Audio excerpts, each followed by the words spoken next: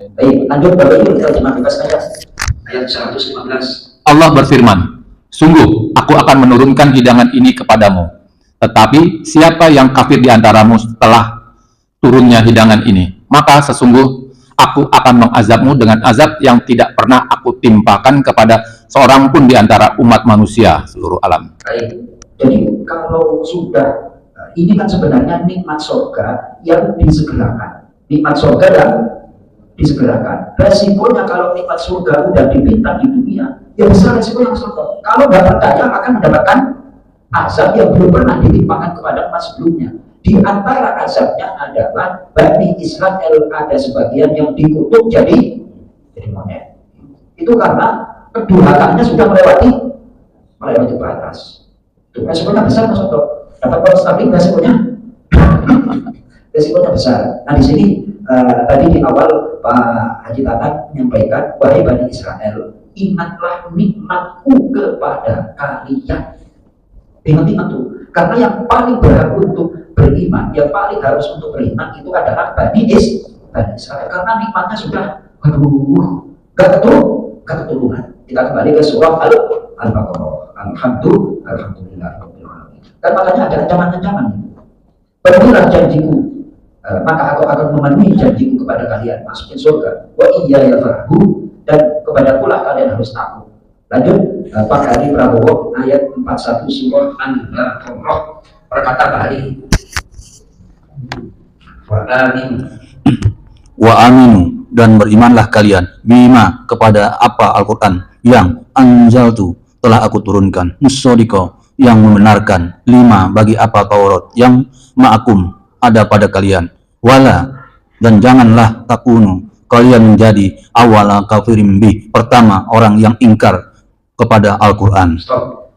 Jadi kan dikasih warning oleh Allah. Al-Quran itu isinya membenarkan apa yang ada di dalam kitab Taurat. Gak ada bedanya. Sudah minta bukti, dikasih bukti, terus kafir. Di sini kan ada ancaman, wala taqumu awwala kafirin bi, jangan engkau menjadi orang yang pertama ingkar terhadap Al-Quran. Itu kan ancaman. Itu kan peringatan-peringatan. Lanjut peringatan berikutnya Pak Hari. Wala, dan janganlah tastaru, kalian menjual belikan, bi ayati, ayat-ayatku, petunjukku, sama kolila, dengan harga yang sedikit murah.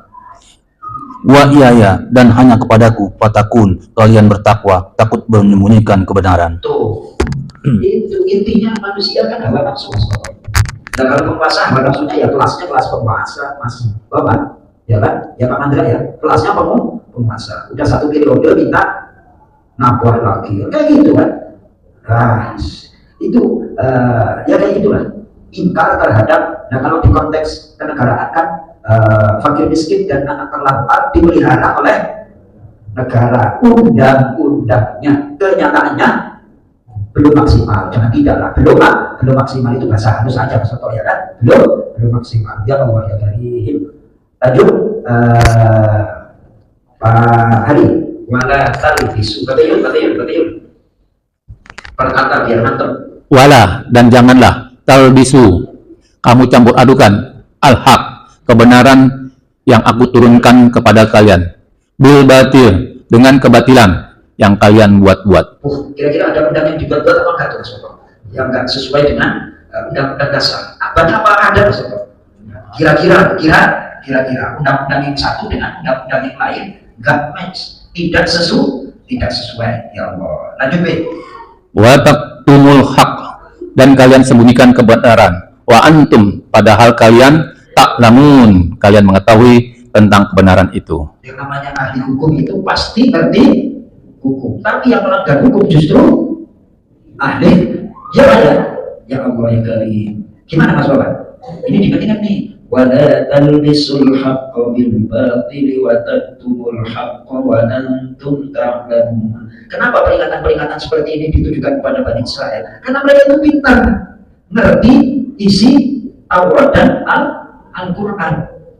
Mereka ngerti Mas Toto. Nah, ketika Rasulullah di Madinah, itu yang dijumpai adalah suku Yahudi 3, Bani Nadir, Bani Quraidah, dan Bani Qainuqa. Itu 3 suku besar Yahudi Jadi Rasulullah itu ketika di Madinah berinteraksi dengan orang-orang Yahudi. Orang Yahudi itu pintar, maka ancamannya kayak gini nih, kalian jangan sembunyikan apa yang ada di isi Taurat dan seterusnya dan seterusnya. Tuh, ya Allah ya Karim.